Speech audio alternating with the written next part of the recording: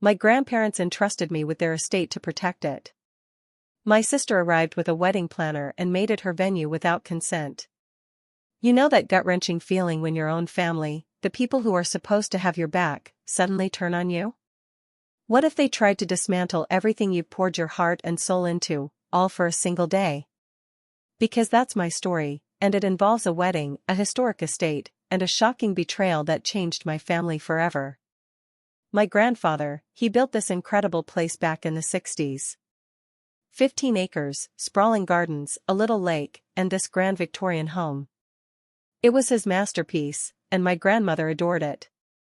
It's not one of those slick, modern places you see in magazines, but it has this undeniable character, a living history that I've always cherished. My sister, Emily, she's 34. For years, she saw it differently. That old place, she'd call it, constantly rolling her eyes about how dated and stuffy everything was. Whenever our grandparents invited us over, she'd complain about the musty smell and the decor, like it was straight out of a museum. Meanwhile, I was out there. Summers, I'd be with Grandpa, getting my hands dirty in the gardens. Winters, I'd be inside, captivated by Grandma's stories about every nook and cranny of the house. When our grandparents passed away, just 2 years apart, I was genuinely surprised by the will. They left the estate to me. It was crystal clear, they wanted me to have it because I was the one who cared about preserving it. Emily? She wasn't too bothered then. She got their substantial investment portfolio. She actually joked about me getting stuck with a maintenance nightmare while she got actual money. And honestly, I didn't mind. I loved the place. I already had plans, dreams even, of restoring its original features, respectfully updating things without losing an ounce of its soul. For the past 3 years, this estate has been my everything. Every spare penny, every waking hour, my heart and soul, it's all gone into restoring it. I replaced ancient plumbing, updated the electrical system, brought the hardwood floors back to life, and coaxed the gardens back into their former glory. I wasn't trying to modernize it. I was just making sure it was functional, safe, and that its history shone through. To help with the massive upkeep costs, I even converted part of the property into a small event venue, renting it out occasionally. Everything was going smoothly, finally. Until last month. Emily got engaged to her boyfriend, James. And suddenly? This old, dated estate wasn't so bad. Oh no, now it was charming and picturesque. Now, it was the perfect wedding venue for her special day. The real nightmare began yesterday. I was in the middle of a remote work call when my doorbell started ringing, incessantly. I opened the door, and there she was, Emily, breezing past me like I wasn't even there, a wedding planner already in tow. They were already pointing out where the ceremony would be, how the reception should be. The garden will need some work, she announced, gesturing to the rose garden I'd spent 3 summers restoring. And we'll need to remove some of this old furniture for the reception. I just stood there, speechless, as my parents followed them in, smiling like this was the most normal thing in the world. Wait, I finally managed to stammer. What is going on? My mother looked at me like I was the slow one. Emily's wedding, of course. It's perfect here. We're just figuring out the logistics. The wedding planner was already measuring my living room, talking about a dance floor, about clearing out all this clutter. The clutter? That included my grandmother's antique writing desk, a piece I'd painstakingly restored. Nobody asked me if this was okay, I pointed out, my voice tight. Emily turned to me, a look of genuine confusion on her face. Why wouldn't it be okay? It's family property.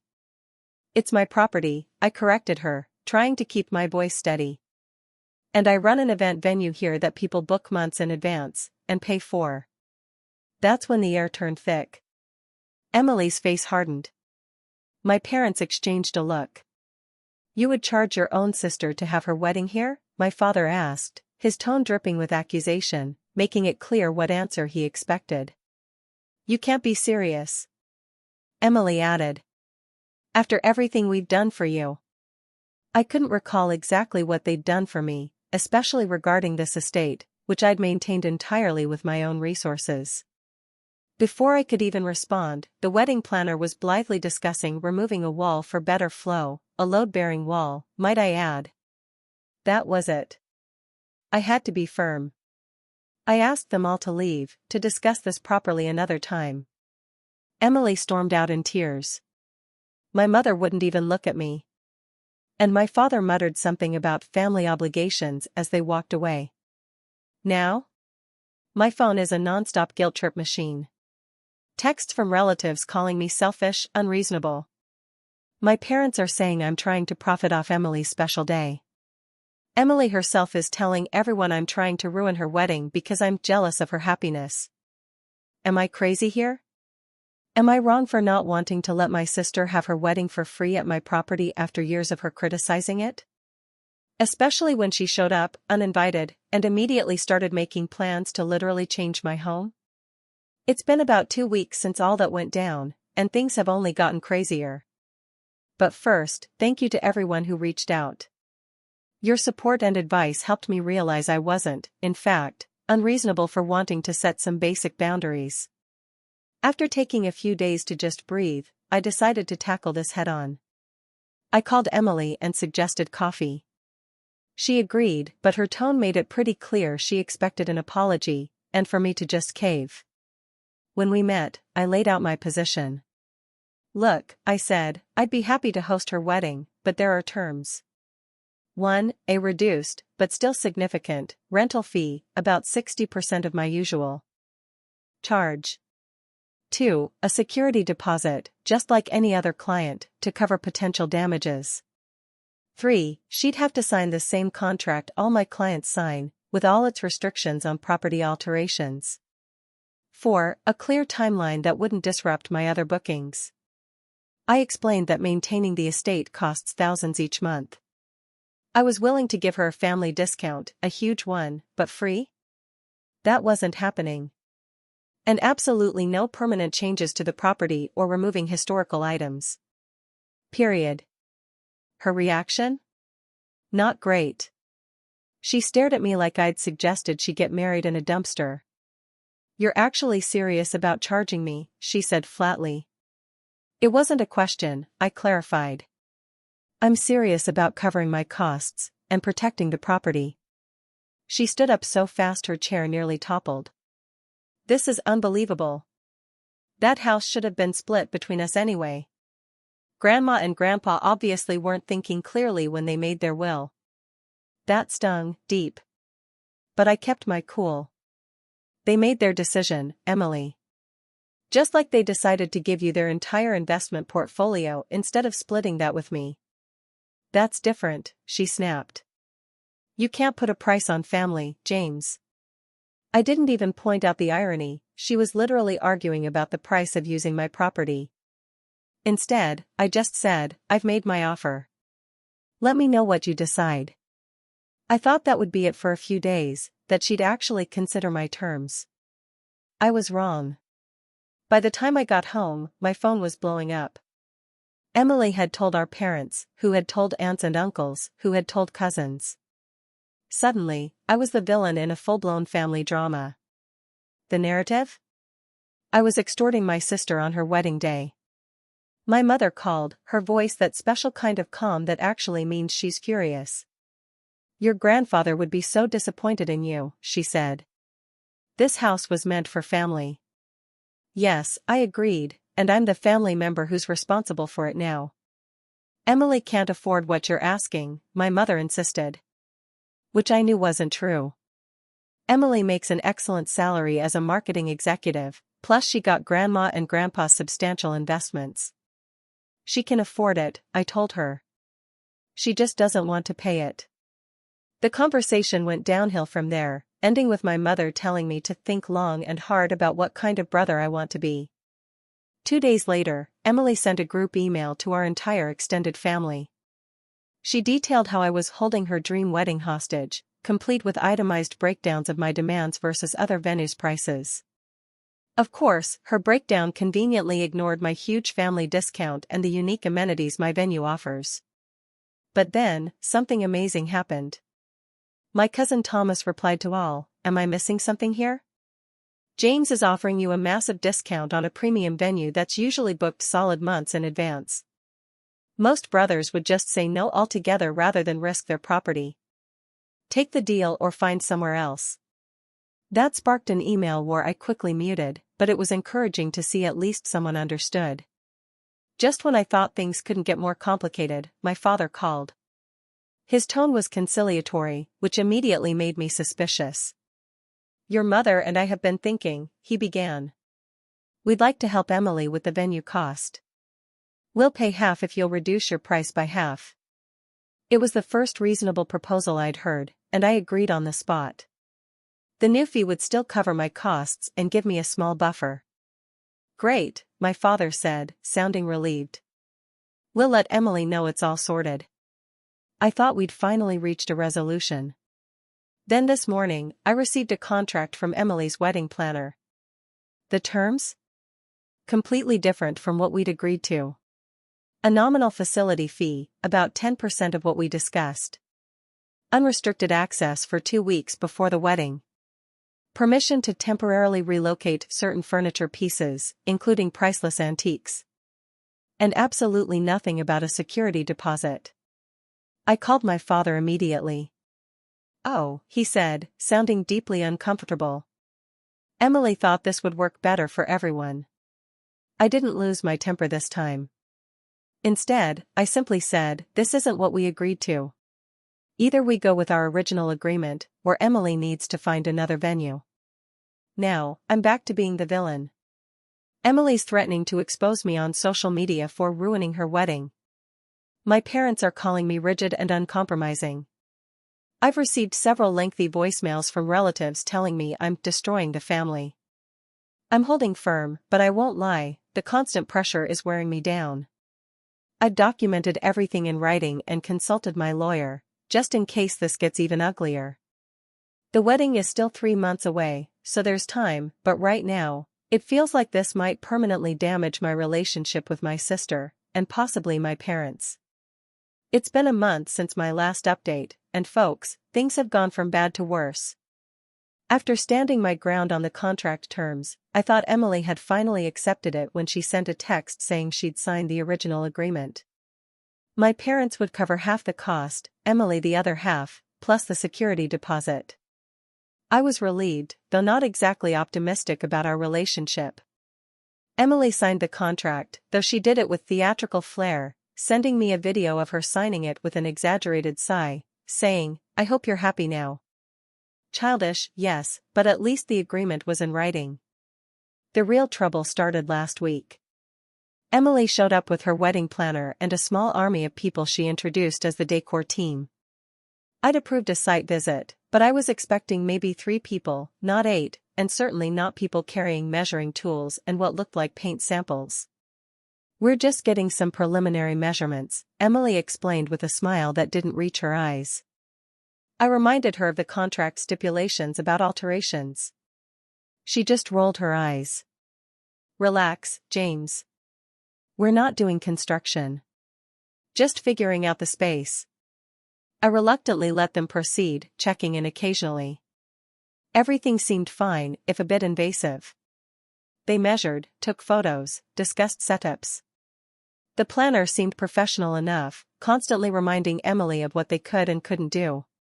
After they left, I noticed a few things out of place, but nothing truly concerning. I rearranged some furniture and went about my evening. The next morning, I discovered the first sign of trouble. Someone had removed a section of the garden trellis. Not just moved it, completely detached it from the structure. This wasn't a small decorative piece, it was part of the original garden architecture, something my grandfather had built. Next to it was a roughly sketched plan to replace it with a more modern entrance arch for the ceremony. I immediately called Emily. She claimed ignorance. "Maybe one of the decor people thought it was temporary," she suggested, utterly unconcerned. "We can put it back after the wedding." "That's not how this works, Emily. You can't just remove parts of the property without permission. It's just a trellis, James. It's not like we're tearing down walls." I reminded her of the contract terms, and the security deposit that would now have to cover the repair. She hung up on me. Later that day, I got a call from someone claiming to be a renovation consultant, hired to update the venue space for the wedding. He was calling to schedule a time to look at removing old wallpaper and updating paint colors in the main hall. I immediately shut this down. No renovations were permitted, and any such work would be a breach of contract. The consultant seemed genuinely confused. He'd been specifically hired by the bride and had already purchased supplies. When I confronted Emily about this, she finally admitted she'd been planning what she called minor refreshes to make the space more photogenic. The wallpaper is ancient, James. It's going to look terrible in photos. That ancient wallpaper, I informed her, is hand-painted and worth more than your entire wedding budget. It's not being touched. This led to another family blowout, with my parents calling to tell me I was being unnecessarily difficult and should compromise a little. I stood firm, pointing out that Emily had already violated the contract once by removing the trellis, and I wasn't going to allow further damage. 2 days later, I came home from grocery shopping to find a moving truck in my driveway. 3 men were carrying out my grandmother's antique dining table, one of the centerpieces of the house, a family heirloom. I immediately blocked the door and demanded to know what was happening. They showed me a work order signed by Emily, authorizing them to temporarily relocate certain furniture pieces to a storage facility until after the wedding. I sent them away, furious, and called Emily. She was unapologetic. That table takes up too much space, and it doesn't match our color scheme. We were going to bring it back after the wedding. You don't have the authority to remove anything from this house. I told her, barely keeping my temper in check. This is the last straw, Emily. Consider the contract voided. Find another venue. The fallout was nuclear. Emily showed up at my door an hour later, screaming about how I was ruining everything. My parents weren't far behind, my father threatening to take this to court, on what grounds, I have no idea, and my mother in tears about how I was destroying the family. I remained calm. I pointed out each breach of contract, showing them the damaged trellis, the work order for the unauthorized furniture removal. I informed them that, according to the terms Emily had signed, these actions constituted grounds for cancellation, and I was exercising that right. But the invitations have already gone out. Emily wailed. Everyone knows it's happening here. That's not my problem, I replied. You should have thought about that before you started removing parts of my house. My father tried to negotiate, offering to pay for damages, promising to supervise Emily. But I'd had enough. The trust was shattered. I was no longer comfortable having the wedding on my property. As they left, Emily turned and said something that honestly shocked me to my core. You've always been jealous that Grandpa loved me more. That's why you're doing this. It was so wildly untrue, so manipulative, that I couldn't even formulate a response. Our grandfather had loved us both, but Emily had barely visited him in his final years, while I had been there constantly. The comment felt deliberately designed to hurt me, and it did. After they left, I called my lawyer. He confirmed that the documented breaches gave me clear grounds for cancellation and advised me to return Emily's deposit in full to avoid any complications. I did so immediately, sending her an email with a cancellation notice and proof of the refund transfer. I also changed the gate code to the property and installed security cameras at the main entrance points, a precaution my lawyer suggested given how heated things had become. This morning, I woke up to dozens of messages from family members and even some of Emily's friends, all varying degrees of angry and disappointed. Apparently, Emily had told everyone that I cancelled on a whim just to hurt her, with no mention of the contract violations or property damage. I'm not responding to any of them. My cousin Thomas called to check in, and after hearing the full story, he's firmly on my side. He suggested I document everything carefully, just in case Emily tries to escalate further. I'm taking his advice. As it stands now, Emily and my parents are no longer speaking to me, which honestly feels like a relief given how stressful the last month has been. The wedding is now about 6 weeks away. And as far as I know, they're scrambling to find a new venue. Part of me feels guilty about that, but a larger part knows I made the right decision to protect my home, my sanctuary. It's been 6 weeks since my last update, and today? Well, today was supposed to be Emily's wedding day. I say supposed to be because things didn't exactly go according to her original plan. In fact, they went even worse than I expected for her. After I cancelled the contract, Emily and my parents apparently spent weeks scrambling to find a replacement. According to my cousin Thomas, my main source of family news, they struggled to find anything suitable on such short notice, especially since they were looking for something comparable to my estate without wanting to pay premium prices. Eventually, they settled on a country club about an hour outside the city. It wasn't what Emily had envisioned, but it was available and within their budget after my parents agreed to contribute even more than originally planned. I honestly thought that was the end of my involvement. Boy, was I wrong. 3 days ago, I received a call from an unknown number. It was James, Emily's fiancé. This was surprising because we'd never been particularly close, and I hadn't heard from him at all during this entire ordeal. "Can we meet for a beer?" he asked, sounding incredibly tense. "There's something you should know." I agreed, more out of curiosity than anything, and we met at a quiet bar near my place that evening. James looked utterly exhausted. Dark circles under his eyes, a nervous energy radiating off him. After some awkward small talk, he just cut to the chase. "Emily and your parents are planning to show up at your place tomorrow for photos," he said, staring intently at his beer. "They didn't tell me until yesterday." Apparently, Emily still wants the garden as her backdrop, even though the ceremony is happening at the country club. I was stunned. Speechless. They were planning to trespass on my property after everything that had happened? James nodded uncomfortably. "Emily says it's still family property, and you can't stop them from visiting. They're planning to arrive around noon, before heading to the country club for the actual ceremony." "And you're telling me this because?" I asked, my voice barely a whisper. He looked up, his eyes meeting mine. "Because it's wrong. This whole thing has been wrong. The way they've treated you, the way Emily tried to take over your home, it's not right. And I'm starting to wonder what I'm getting myself into."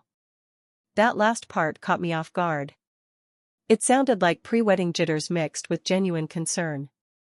I thanked him for the heads up and assured him I'd handle it. As we parted ways, he hesitated.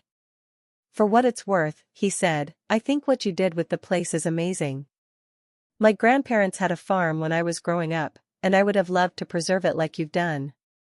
That conversation left me with a lot to think about, but my immediate concern was preventing another confrontation, another invasion, at my property. I called my lawyer first thing the next morning. He advised me to send a formal notice prohibiting them from entering the property, followed by notifying local police of potential trespassing. I did exactly that. I sent an email to my parents and Emily, clearly stating they did not have permission to enter the property for wedding photos or any other purpose. I attached my lawyer's contact information and indicated that I had notified local authorities. My mother called almost immediately, alternating between tears and raw anger. "How could you involve the police? We're your family." "I'm just protecting my property," I replied calmly. "You and Emily have made it clear you don't respect my boundaries. It's just photos, James. 1 hour in the garden that you're so precious about." "The garden our grandparents built for the whole family. The garden I restored after years of neglect," I corrected her. "And it's not just about the garden. It's about respect. You don't have my permission to be here. Period." The conversation ended with her telling me I was dead to her. Harsh words. Words that hurt more than I wanted to admit. I spent the rest of the day on edge, half expecting them to show up despite my warnings. I had a friend come over for moral support, and we kept an eye on the security cameras. But noon came and went with no sign of them. Later that afternoon, my phone blew up with increasingly frantic texts from various family members. Apparently, Emily had had a complete meltdown at the country club when she realized I was serious. According to Thomas, who was there, she screamed at the photographers, fired the wedding planner on the spot, and locked herself in the bridal suite, refusing to come out. The ceremony was delayed by over 2 hours while James and my parents tried to calm her down. When she finally emerged, she was visibly upset, but determined to go through with it. Thomas said the ceremony itself was awkward, but went ahead, though Emily was visibly seething throughout. The reception that followed? Thomas described it as the most uncomfortable party I've ever attended.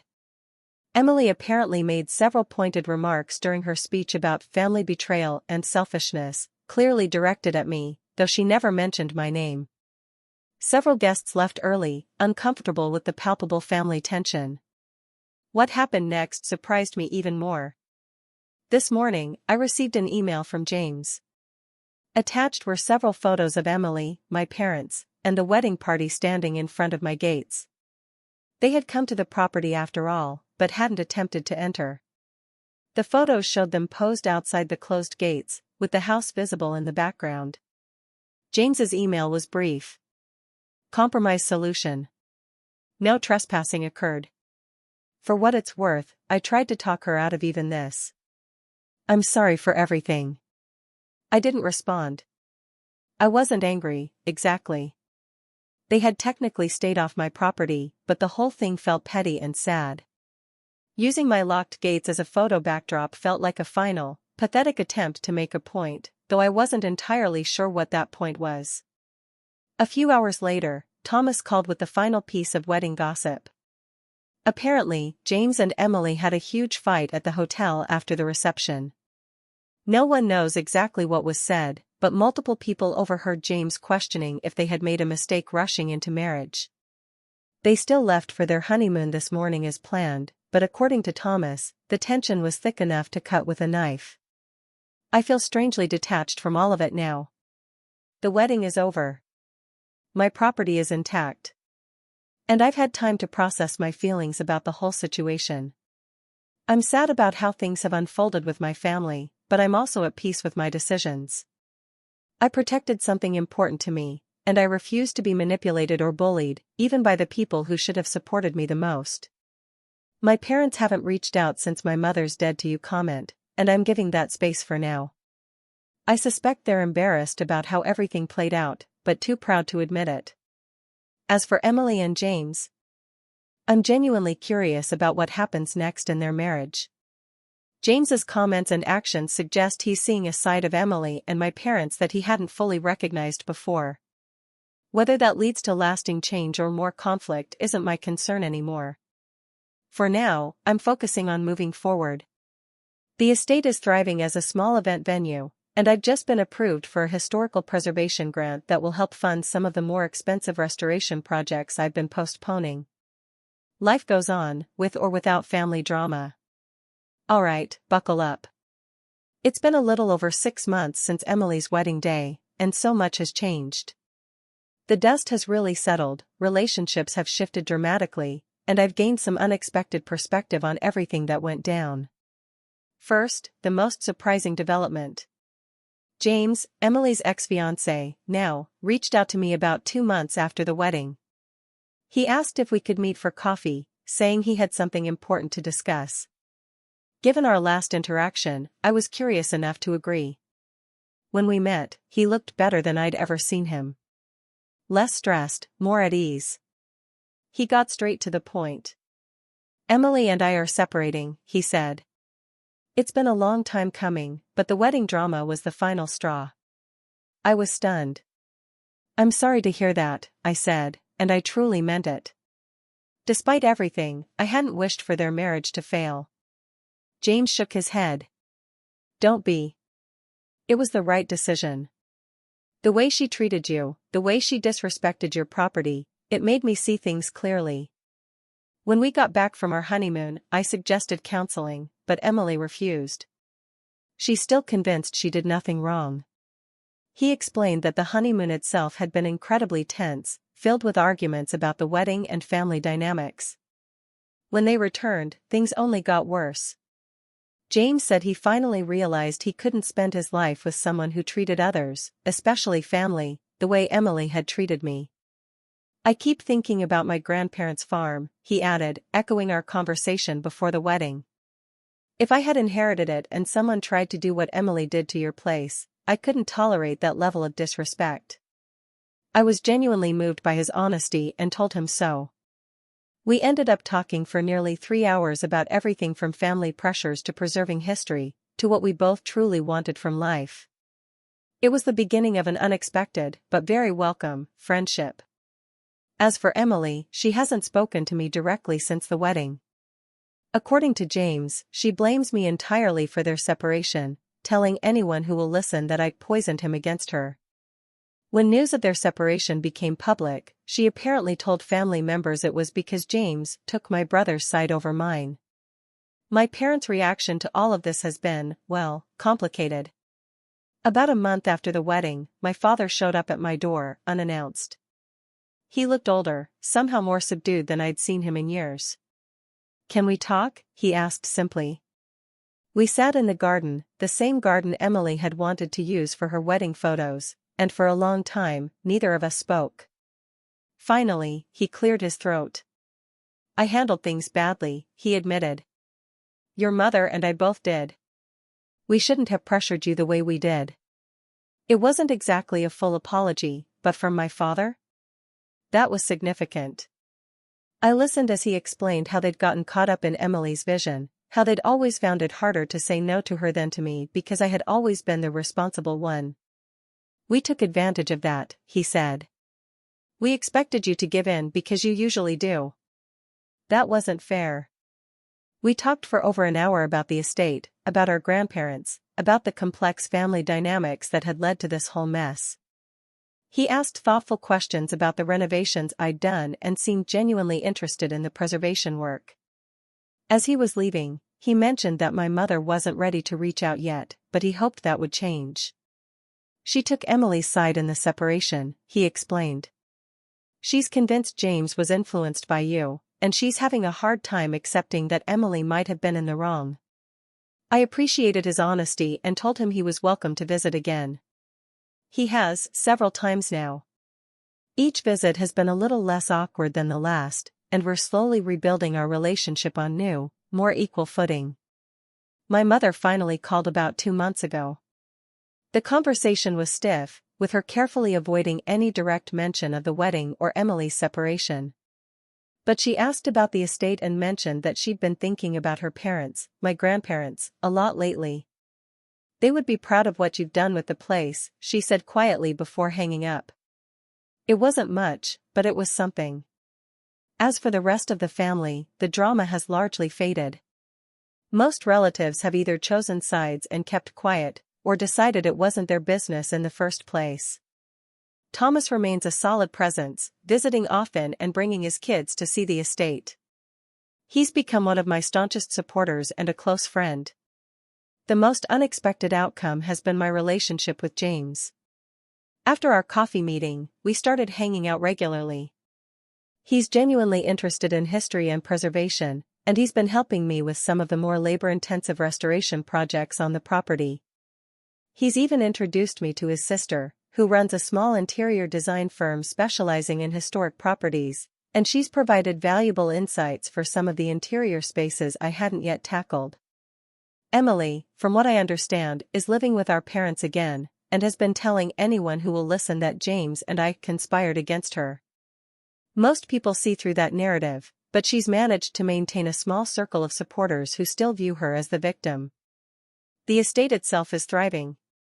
The historical preservation grant I mentioned in my last update came through, allowing me to restore the original stained glass in the main hall, a project that had been financially out of reach before. The event venue business has grown steadily, with bookings now extending well into next year.